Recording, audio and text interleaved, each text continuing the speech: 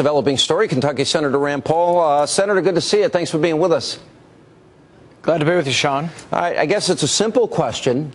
Do you think this is a wise decision, and do you think that the president needs congressional approval? Absolutely, he needs congressional approval. The Constitution is very clear on this subject. In fact, James Madison explained in the Federalist Papers, he said, the executive branch is the branch most likely to go to war. Therefore, we vested the power to go to war in Congress. Without question, Congress should vote on this, and he is going against the Constitution, and it will be an unlawful act if he actually takes military action without having Congress vote on the issue. All right, the president himself said that in 2007, and even Joe Biden, he took it a step further, and I think these words are important. This was just before they took office. Joe Biden says he would impeach somebody who would do what the president may be about to do. Listen to what he said. I was chairman of the Judiciary Committee for 17 years, or its ranking member. I teach separation of powers and constitutional law. This is something I know. So I got together and brought a group of constitutional scholars together to write a piece that I'm going to deliver to the whole United States Senate, pointing out the president has no constitutional authority to take this nation to war against a country of 70 million people unless we're attacked or unless there is proof that we are about to be attacked. And if he does, I would move to impeach him. The House obviously has to do that, but I would lead an effort to impeach him. The reason for my doing that, I don't say it lightly. I don't say it lightly. I say it because they should understand that what they were threatening, what they were saying, what was adding up to be, what looked like to the rest of the world what we're about to do, would be the most disastrous thing that could be done at this moment in our history that I can think of. Could this be any more clear, Senator? Well, here's the funny thing about this. Biden, actually presides over the Senate. He's the president of the Senate. He would preside over his own impeachment. I suggest he come to the Senate floor and reiterate his position. If that's still his position, he would be for impeaching himself and impeaching his administration. What they need to do is they need to come before a joint session of Congress. They need to spell out, lay out their case, and if they want to take the nation to war, they need to convince a majority of Congress. But you know what? You know the reason they won't? They won't risk a vote because they're worried that they could be defeated. It happened in the British Parliament. The American people are not excited about a new war. We're horrified by people gassing their own citizens. We'd like to know who did it, which side did it. But we're not excited to get involved in a new war right now. And so I will do everything I can to stop the president. We should not engage in a war, and we certainly shouldn't engage in it in an unconstitutional fashion. Well, you mentioned, early on it seemed like the French and the British were quick to jump on the president's side. You referred to the vote earlier in Parliament that Cameron was a pretty big defeat. It seems like whatever momentum they had to go forward with this seems to be stopped. Do you think that's also emerging in Washington? Well, see, this is what Joe Biden was talking about. The separation of powers allows for checks and balances. It allows for a cooling off period. It allows for people not to emotionally go to war. You have to think about it. And when I think about war, I think about one of my sons or one of your sons going off to war.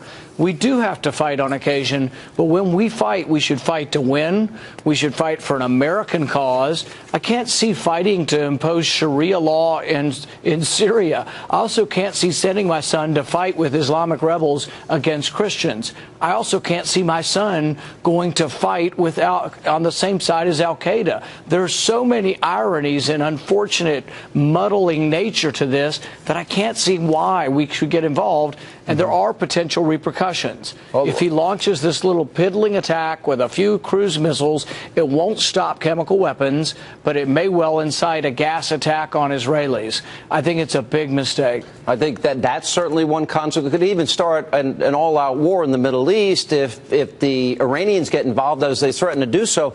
There's a question about U.S. intelligence. The Washington Times today said they're still working through an assessment. We haven't ascertained completely that it was Assad that's responsible for the chemical attack. That's backed up by an article in the Telegraph, and even our own Associated Press said it's not a slam dunk. Don't we have to be sure and certain that he's responsible before we make this decision? Well, some commentators have been asking an important question. Pat Buchanan wrote this in an essay, and he asked the Latin phrase, cui bono? whose benefit is this? So does it benefit Assad to have used chemical weapons? Absolutely not. That's incurred the wrath of the world, and he's known that it would. Whose benefit? It seems to be to the benefit of the rebels.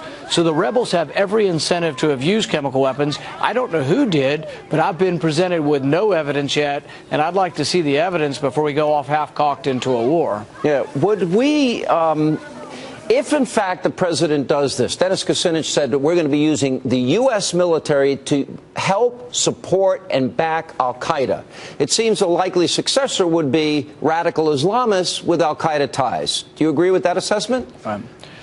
Yes. I mean, they say that al-Qaeda comprises about a third of the forces, that they're the fiercest fighters, and if Assad is toppled, in all likelihood, there will be a successive civil war, and in all likelihood, al-Qaeda may take over. But the other question is, what if the other Islamic, the better, the moderate Islamic rebels take over? You'll still probably have Sharia law. You'll have Christians persecuted for blasphemy. There's a woman named Asia Bibi in Pakistan right now on death row who they say committed blasphemy, and all she says is, I drank out of the same cup as some of my Muslim workers. So that's not the kind of thing I see that I want to send our young boys and girls to live and die for, to impose some sort of Islamic regime on Syria. All right. One last question about the effort that you and Mike Lee and Ted Cruz and others are involved in to defund Obamacare. You know, Senator, every Republican that I know that ran for office ran against Obamacare, that they would repeal and replace Obamacare. So here's the one opportunity, perhaps even the last opportunity, to get rid of it by defunding it and funding the entire rest of the government. There is fierce and, frankly, unexplainable, mysterious reluctance and resistance by your fellow Republicans. Are they surrendering?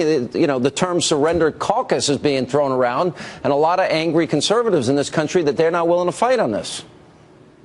I was elected to fight to stop Obamacare, and I will do everything possible to stop Obamacare. I've been in 40 cities in Kentucky in the last 3 weeks. I've been in several cities around the country in the last few weeks.